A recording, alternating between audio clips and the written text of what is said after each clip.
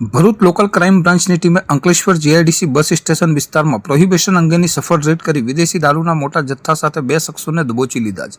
પ્રાપ્ત વિગત અનુસાર ભરૂચ એલસીબીના જવાનો અંકલેશ્વર શહેર બી ડિવિઝન પોલીસ મથકની હદમાં પેટ્રોલિંગમાં હતા. તે દરમિયાન બાતમી મળી હતી કે સુરત તરફના કેટલાક શખ્સો દારૂના જથ્થા સાથે હેરફેર કરી રહ્યા છે. બાતમીના આધારે પોલીસે સાંજના સમયે જીઆઈડીસી બસ સ્ટેશન ખાતે વોચ ગોઠવી ઓચિંતો દરોડો પાડ્યો હતો. આ કાર્યવાહી દરમિયાન સ્થળ પરથી સુરતના જહાંગીરાબાદ વિસ્તારમાં રહેતા હેમંતભાઈ ઈશ્વરભાઈ વાળંદ અને સચિન વિસ્તારના રહેવાસી મનુભાઈ ભગુભાઈ વાળંદને પોલીસે કોર્ડન કરી ઝડપી પાડ્યા હતા. પોલીસે તેમની પાસેથી ભારતીય બનાવટના વિદેશી દારૂની કુલ 91 નંગ મોટી બોટલો, જેની આશરે કિંમત 81,250 રૂપિયા થાય છે, તે જપ્ત કરી હતી. આ ઉપરાંત પકડાયેલ આરોપીઓ પાસેથી મોબાઈલ ફોન, 3 બેગ રોકડા રૂપિયા 3,000 અને અન્ય સામગ્રી મળી કુલ 96,250 રૂપિયાનો મુદ્દામાલ કબજે કરવામાં આવ્યો છે.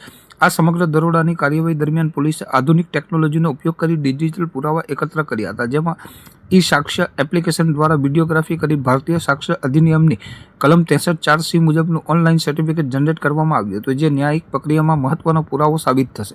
પોલીસની પ્રાથમિક પૂછપરછમાં આ ગુનામાં અન્ય 3 શખ્સોની સંડોવણી પણ બહાર આવી છે, જેમાં યુનિટી ટ્રાવેલ્સનો ક્લીનર ગૌતમ પરિમલ ગજ્જર અને ઉમંગ નામના શખ્સોને વોન્ટેડ જાહેર કરી તેમને ઝડપી પાડવાના ચક્રો ગતિમાન કર્યા છે. ભરૂચ એલસીબીના હેડ કોન્સ્ટેબલ ધનંજયસિંહ વિક્રમસિંહની ફરિયાદના આધારે અંકલેશ્વર શહેર બી ડિવિઝન પોલીસ પ્રોહિબિશન એક્ટની વિવિધ કલમો હેઠળ ગુનો નોંધી આગળની તપાસ હાથ ધરી છે. આ સફળ રીતથી બુટલેગરોમાં ફફડાટ વ્યાપી ગયો છે.